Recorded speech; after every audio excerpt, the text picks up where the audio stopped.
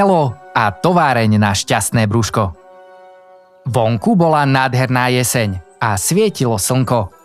Elo si obliekol svoj obľúbený hnedý sveter a oranžovú bundičku. No a hneď po raňajkách zamieril rovno do špajze. Na poličke, kde bývali sladkosti, uvidel tabličku čokolády. Mňam, povedal si Elo. Dám si len jeden štvorček. No ten štvorček chutil tak dobre, že si malý Elo vzal hneď ďalšie 4 so sebou. S tými kúskami čokolády bežal rovno za babkou, ktorá práve vyťahovala z rúry voňavý jablkový koláč. Babka, prosím, môžem si dať malý kúsok? Tak nádherne vonia. Ten malý kúsok koláča bol ešte lepší ako čokoláda. A Elo všetko rýchlo zjedol. Potom sa išiel hrať do záhrady. Po niekoľkých minútach hry sa mu z jeho mlstného jazyčka ozval malý tichý hlások. Vráťme sa späť do špajze. Tam by nás mohlo čakať ešte nejaké sladké potešenie. Elo neodolal. Prišiel späť do domu a namieril si to rovno k miske s cukríkmi. Schmatol ich za hrst, strčil do vrecka na košeli a rýchlo vybehol von. Je to len pár cukríkov, pomyslel si. A jedol cukrík za cukríkom, až kým ich všetky nezjedol. Zrazu uprostred hry zostal Elo stáť. Chytil sa za brúško.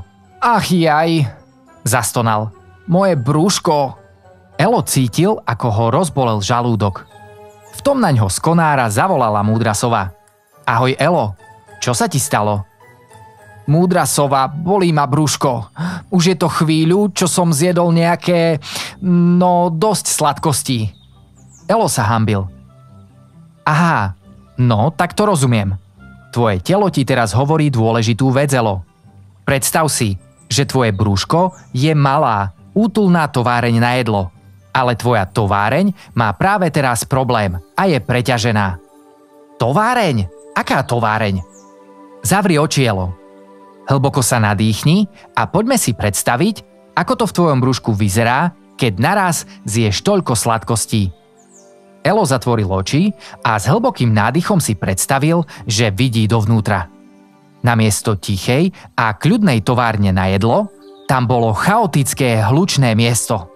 Všade po stenách bola čokoláda a cukríky polepili všetko naokolo.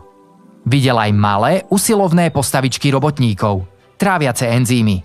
Boli spotené a pobehovali sem a tam. Elo počul, ako malí robotníci kričia: Stop! Stop! Už to nestíhame! Pán Elo nám poslal toľko cukru a my to nestíhame tak rýchlo spracovať. Pásová linka sa trhala a píšťaly húkali. Rýchlo! Musíme najprv spracovať ten babkin koláč! Všetko postupne a rad za radom! Kričal šéf malých enzýmov. Na stene továrne videl Elo veľký nápis. Veľa sladkostí rovná sa bolesť brúška. A vtedy všetko pochopil. A tak Elo úplne vystrašene poznamenal. To nie, moji robotníci v brúšku nestíhajú spracovať tie sladkosti, ktoré som zjedol a sú už takí unavení. Vôbec som nevedel, že som tam urobil taký neporiadok. Na to sa ozvala múdra sova. No tak vidíš, Elo. Keď im pošleš jeden štvorček čokolády, tak to nie je žiadny problém. Robotníci usilovne spracujú čokoládu a hovoria ti: Ďakujeme, máme dostatok energie na hru. To nám dnes stačí. Ale keď im potom pošleš koláč, ďalšie cukríky a ešte čokoládu, a to všetko naraz, v brúšku nastane poriadny neporiadok. Rozumiem. Ak im dám veľa práce naraz, tak ma začne bolieť brúško. No ak im dám sladkosť len raz za čas, moji robotníci to majú čas spracovať a všetko je v poriadku. Elo sa zamyslel a pohľadil si svoje brúško. Prepáčte, malí pracovníci, už vás nebudem takto zaťažovať. Presne tak, Elo. Sladkosti sú ako slniečko. Keď ho je trošku, je ti teplo a veselo. Keď ho je priveľa, spáliš sa. Továreň na šťastné brúško má rada pravidelnosť a primerané porcie.